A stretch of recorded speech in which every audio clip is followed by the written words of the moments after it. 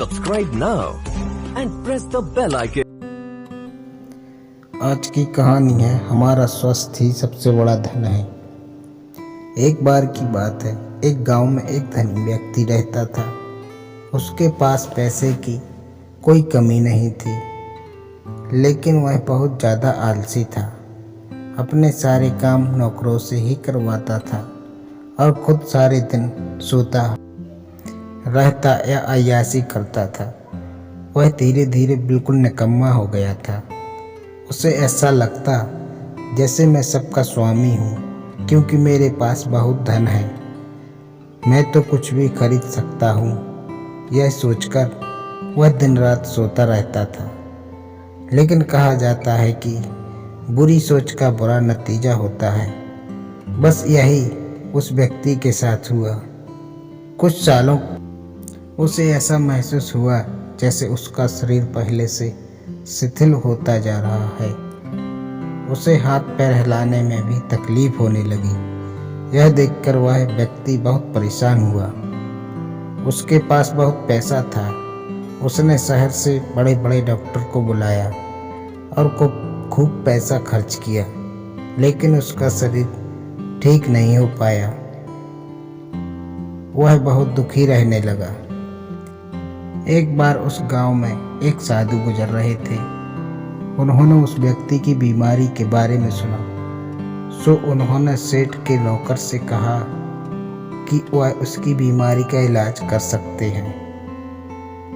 यह सुनकर नौकर सेठ के पास गया और साधु के बारे में सब कुछ बताया।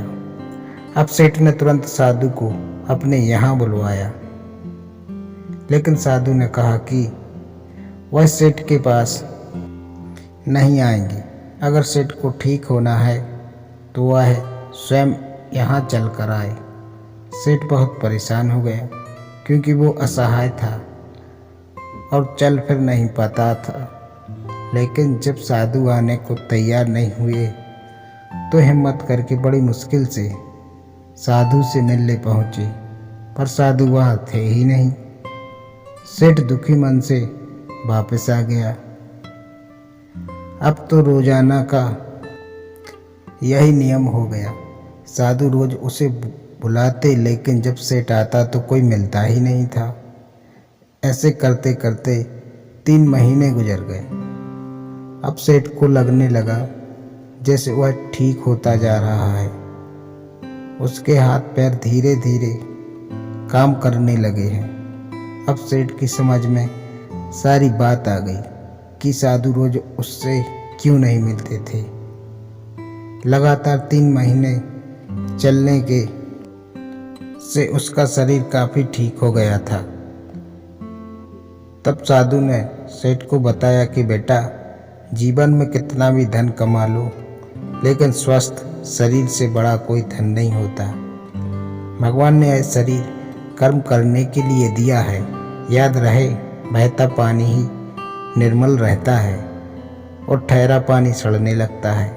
उसी प्रकार जब तक यह शरीर चलता फिरता रहता है और काम करता है, तब तक शरीर भी निर्मल और स्वस्थ रहेगा। धन से सुविधाएं खरीदी जा सकती हैं, लेकिन स्वस्थ नहीं। इसलिए अपने शरीर को हमेशा स्वस्थ रखें, और यह आपका दायित्व है। इसे आप पैसे से नहीं तोल सकते। सेठ को पूरी बात समझ में आ चुकी थी। तो दोस्तों, यही बात हमारे दैनिक जीवन पर भी लागू होती है। पैसा कितना भी कमा लो, लेकिन स्वस्थ शरीर से बढ़कर कोई पूंजी नहीं होती। तो दोस्तों, कहानी अच्छी लगी तो सब्सक्राइब जरूर करें।